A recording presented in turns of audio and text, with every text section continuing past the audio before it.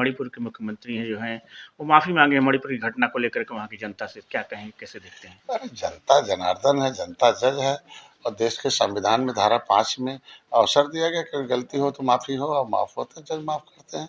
तो हम कहते हैं गलती तो आदमी जो काम करता है उसे गलती भी होती है। अगर गलती पता चल गया, गलती हो गई, माफी मांग लिया, तो इसको तो अच्छी बात मानी चाहिए और लोगों को उस पर राजनीति नहीं करना चाहिए।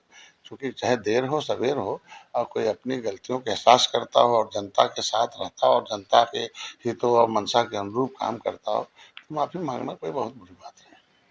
अच्छा, इसी को लेकर के कांग्रेस ने कहा है कि मणिपुर के मुख्यमंत्री माफ़ी मांग रहे हैं, प्रधानमंत्री मोदी जी कब मणिपुर जाएंगे और वहाँ की जनता से कब माफ़ी मांगेंगे? ये आरोप निराधार है और कांग्रेस को माफी मांगना चाहिए देश की जनता से। 67 वर्ष तक कांग्रेस के हाथ में सत्ता दिया था, इस नाते कि राष्ट्रवादी के रूप में डीबी लगा था। लेकिन अर्थव्यवस्था कहाँ चौपट कर दिया। जब देश आजाद हुआ तो ₹1 $1 के बराबर था, £1 के बराबर था।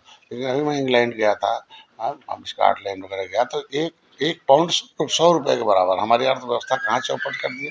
आज मोदी जी 10वें नंबर से 5वें नंबर, अब तीसरे नंबर पर अर्थव्यवस्था ले जा रहे हैं। जनता से, निषादों से कांग्रेस को माफी मांगनी चाहिए कि जो लेदरमैन, वाशरमैन, फिशरमैन संविधान में लिखा हुआ, और ये संविधान की सूची बनी तो सभी राज्य सरकारों से एक नोटिफिकेशन मंगाया गया था। उस पब्लिक फाइल है, उसका नाम है पब्लिक फाइल 74/4/1950, जिसके आधार पर संविधान में अनुसूचित जाति की सूची बनी।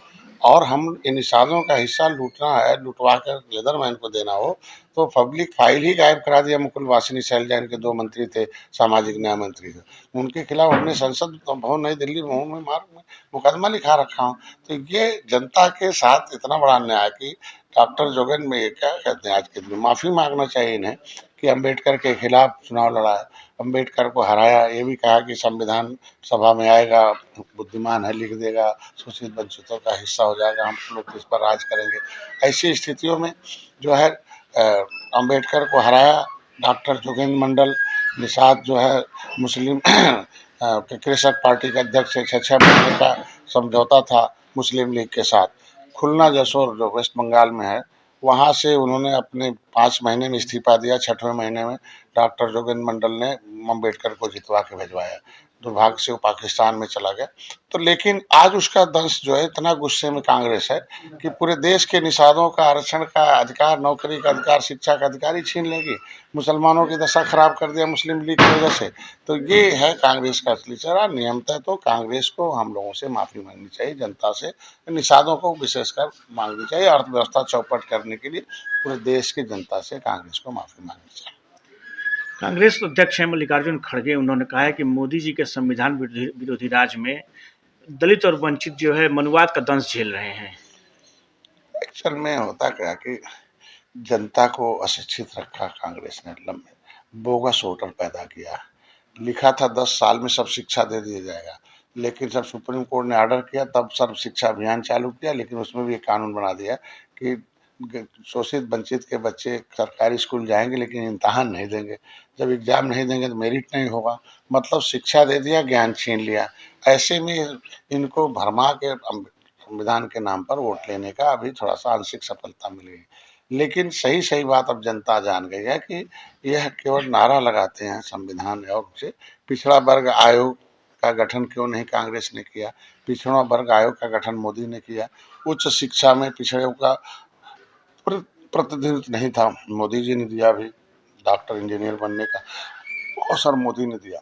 दलितों पत्र जो लिखे थे पंडित जवाहरलाल नेहरू पूरे देश के सभी प्रधान मुख्यमंत्रियों को कि हम आरक्षण के समर्थक कतई नहीं हैं, और नौकरी में तो और आरक्षण नहीं। कि ये पंडित जवाहरलाल नेहरू का पत्र, लिखित पत्र है। तो बताइए आज के दिन में शोषित, वंचित और इनका सबसे बड़ा विरोधी कौन है? ये निषादों का हिस्सा कहाँ चला गया? लेदरमैन 100% अपनी संख्या से 100% नौकरियों पर लेदरमैन का कब्जा है, मिल्कमैन का कब्जा है। तो खाली ये और लोगों का हिस्सा कब्जा कराने के लिए कांग्रेस बैठी हुई है।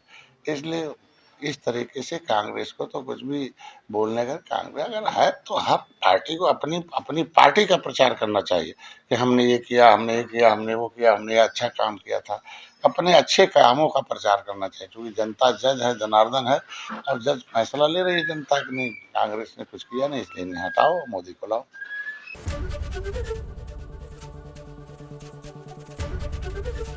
एबीपी गंगा, खबर आपकी, जुबान आपकी।